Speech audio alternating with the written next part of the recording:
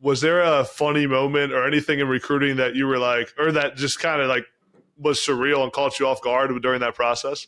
I was pretty like all business about the recruiting stuff, but Yeah. I used to bring my little brother Ryan on all my visits. When he came to Kansas State, the first thing that they did with him is like I was taking all of my like recruiting photos or whatever in the locker room to photo shoot, and one of the GAs comes up to him. He's like, "Hey, you want to go play Madden?"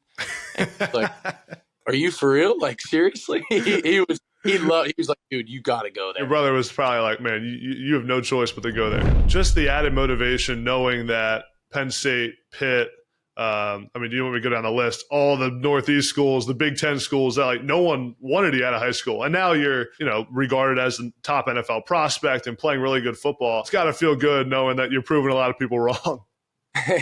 Yeah, I try not to think about it while I'm out there doing my thing, but it's definitely in the back of my mind a little bit. I mean, like when I was going through the process, Pitt, Syracuse, Boston College, the North Carolina schools, Penn State, all those schools like kind of near me that I was kind of talking to since like my sophomore year of high school and really kind of expected to end up going to one of those. I thought I was going to end up going to one of those schools. Yeah.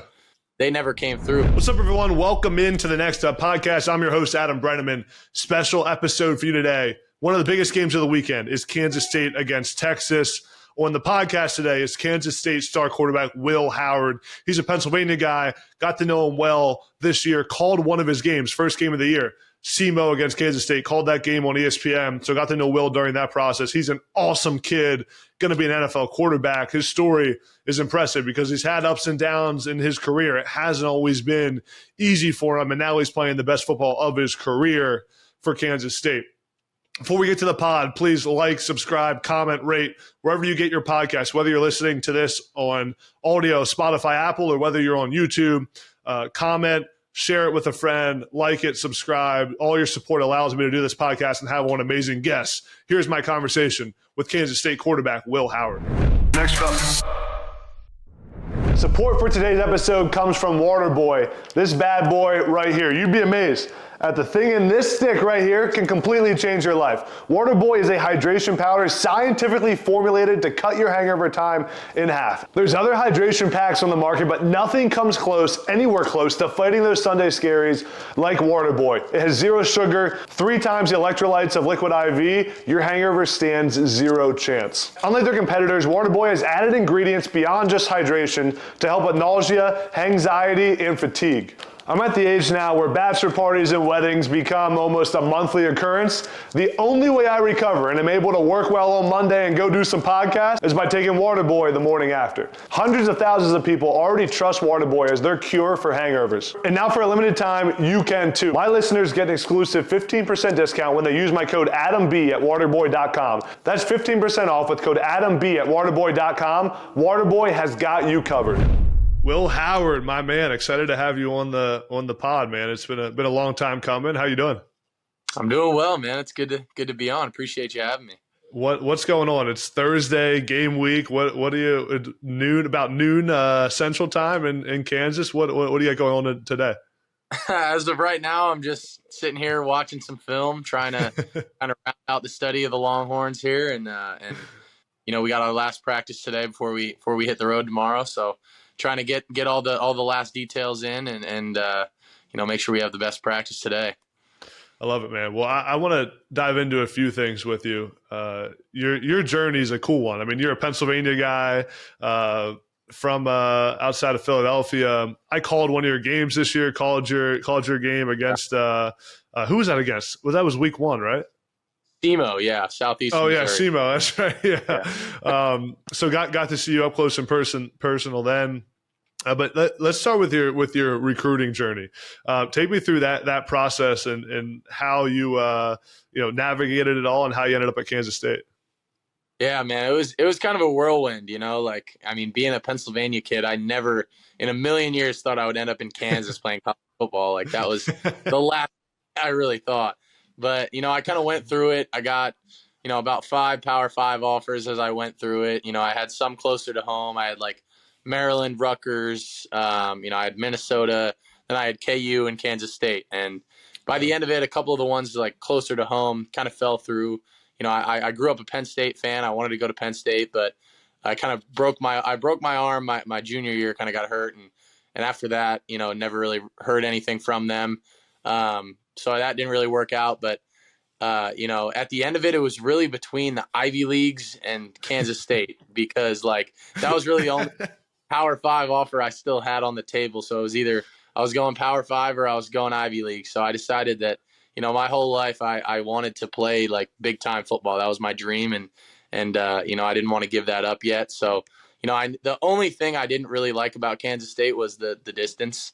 So I was like, once I kind of got past that, I was like, man, everything else I loved. And, you know, I don't regret the decision at all to come out here. It's been awesome, but, you know, I definitely couldn't have predicted this a couple of years ago. It's funny. I almost forgot that you were a Pennsylvania guy. Like when I had your game, because I'd known you as at Kansas State for a while. I'm like, that's right. He's from Pennsylvania. Ended up out in the Midwest. During your recruiting, I love talking to guys about the recruiting process because it's a part that fans like, just have no clue about. What was there a funny moment or anything in recruiting that you were like, or that just kind of like was surreal and caught you off guard during that process?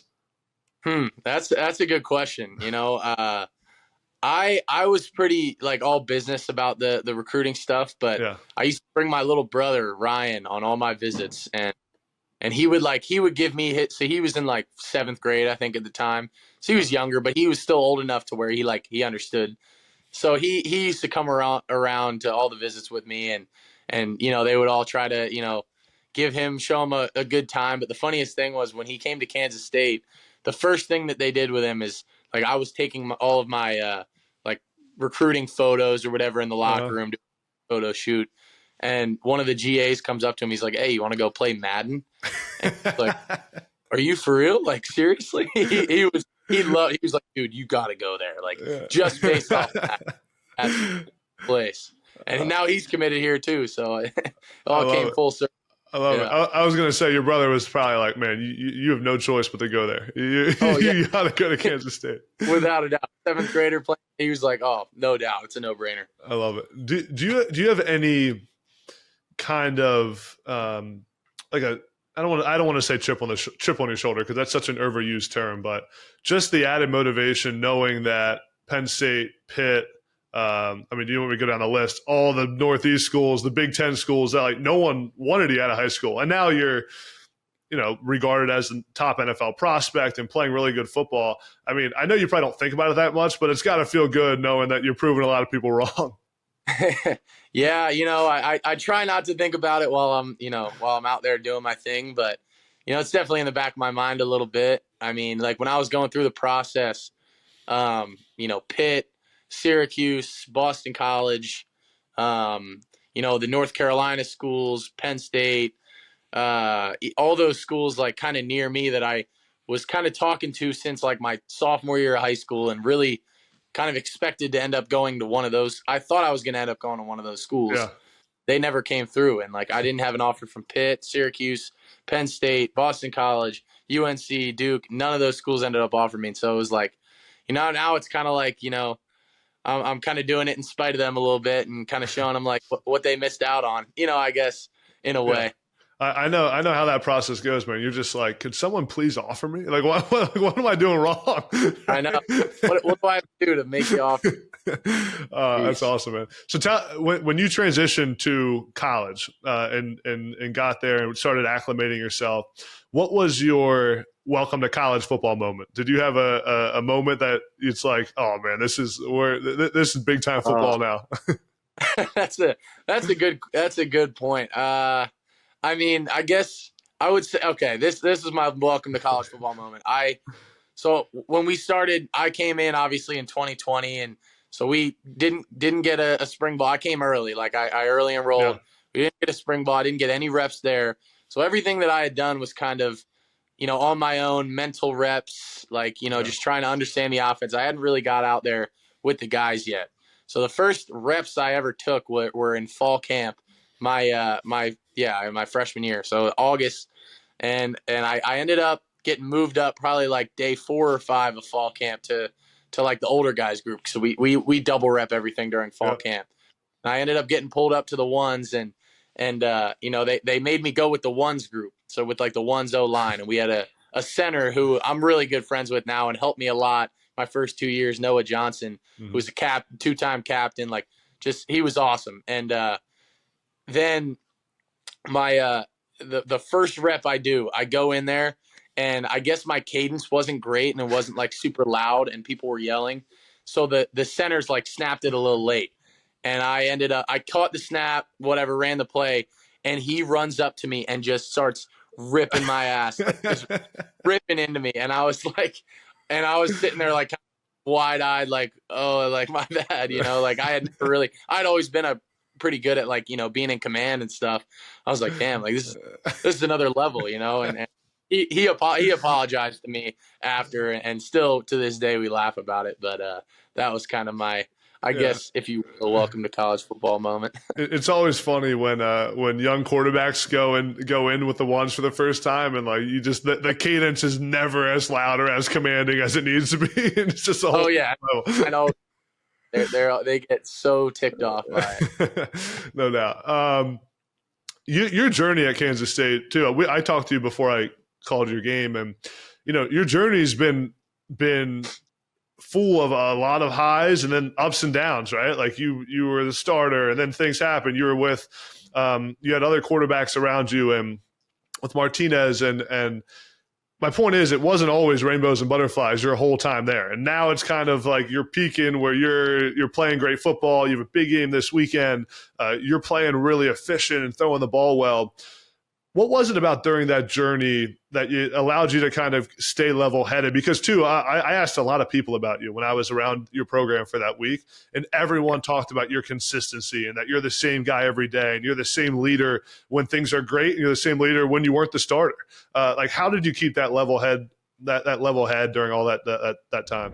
Today's episode is brought to you by Ekron Athletics. Listen, you guys know I was an injury-prone player during my playing career. Felt like I was hurt, having surgery every other season. Looking back on it, I wasn't recovering the right way. So now in my post-playing career, I made it a mission to figure out how to recover best, and that's when I found Ekron Athletics. Their B37S percussion massage gun, this thing right here, has changed the way I recover after big workouts. I wish I had this thing when I was playing. It was named the best overall massage gun by GQ, Sports Illustrated, and other trusted publications. I'm telling you, every player and athlete out there should be using this thing to recover after workouts and games, and to get loose before games and practices. And even if you're not playing sports and using it before the gym and after the gym, I use it when I'm sitting at home watching college football every Saturday. I mean, this thing is beautiful. I love it. I take it with me everywhere I go, even on the road when I travel. Oh, and the B37S massage gun is not just about a quick fix. It's got a long battery life, and it comes with a lifetime warranty guaranteeing this thing lasts much longer than my football career did. Whether you're a current athlete, a former athlete, or just an everyday person trying to stay in shape, you need to try the B37S percussion gun from Ekron Athletics. Go to ekronathletics.com today and start recovering faster and moving easier. That's Ekron Athletics, and use promo code NEXTUP for 25%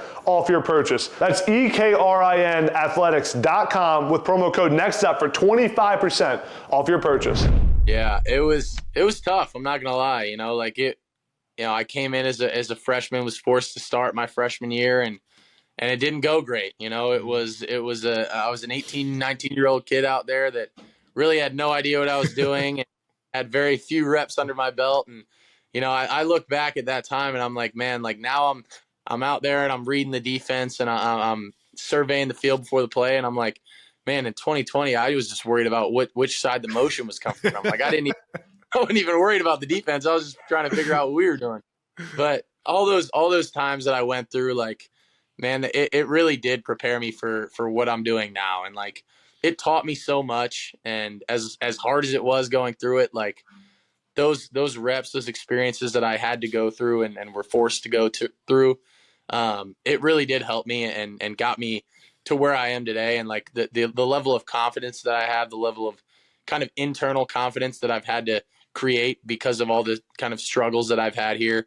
So like, although it hasn't always been great, I've developed a sense of security in myself that I've kind of had to have. And it's cool to kind of see myself come out of the other end of that. But, the thing is that nothing's ever going to be perfect. And although it feels like it's going well now, it's still, anything can happen. So I just got to keep staying neutral and just being me. And like you said, like, I just try to be the same person every day. And at the end of the day, football is a game, and there's more to life than football. And so I'm just trying to enjoy every moment with my guys. I know there's only limited time left. So only got 4 games left this season. This year's freaking flown by. It's wild. So, the older you get, the faster it goes. I love what you said about it's going great now, but you never know. Like I remember Bill O'Brien would always say, "You're only as good as your last rep." Like if you go out and play terrible, if you go drop a ball and on a big play in the game, no one's going to remember the 3 touchdowns you had the week before, right? So it's so true. Exactly. And just keep that consistency about you. I want to ask you about Colin Klein. I mean, you got a guy who's played a ton of football as your quarterback's coach and leading the way. Great offensive mind. It's got to be an awesome resource for you to have. And he's been there with you for a while during your career. Yeah, he's helped me a lot. And, he's a good guy, like a really, just a genuine, you can tell he just really wants to be a good guy. And, I think he's a very good mind. Obviously, the offense that we're running now is a little more run centric. And I think that's kind of what he likes to do. Like that's kind of his bread and butter. I think that's just kind of what suits our team this year a little bit is more of that running offense. I think that's just more of the strength of our team a little bit. And, I think having him though, like to be able to, bounce ideas off of has been really good. And having consistency at that position has been nice for me because, we both know how we're both going to be and, respond, how we respond to different, coaching and all that kind of stuff. So it's been good, having him around, and obviously he's been through the fire too. So he knows what it's like to be out there, doing what I do on a daily basis. Yeah. All right. We got, let's say it's, games on the line. Let's say you're in the red zone. We'll say you're on the 12-yard line. It's like the 3rd, 4th down. You need a touchdown on this play. All right. Yeah. What throw do you want to make there in the low red zone? Like what route concept? Give me the play call that you want coming in from the sideline. That's a good one. I mean, obviously it depends on the coverage, but I think my go-to 3rd and goal call. Yeah. I guess from the 12. Yeah. We have a 3-by-1 concept where we split the tight end out to the right, and then we got 3 speed guys out to the left. Uh-huh. Say we're on the right hash, and we have the tight end run a little stop route, and then all the receivers run it's like triple post. They all run posts. Yeah.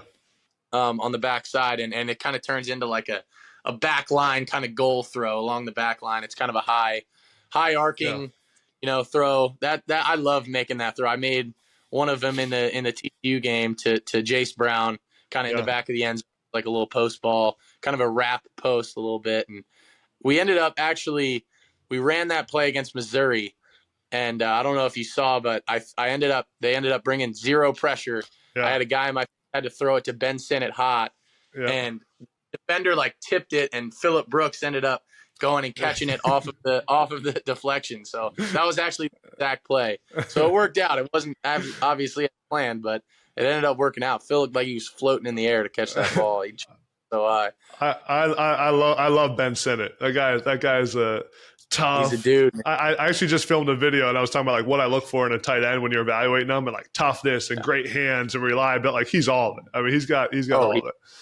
He is, and he's my guy, man. We've been through it since we got here together. We were in the same recruiting class, so he's one of my best friends here. And to be able to see him have the success that he's having now, when he got here, I don't know if you saw pictures of him when he first got here. He was 210 pounds, soaking wet. Skinny. He was not skin and bones, and he was a walk-on tight end. Nobody really ever thought anything of him his freshman year, but he came back his sophomore year all yoked up and ready to go, man. And he's a freak athlete too. So it's he's a hell of a have.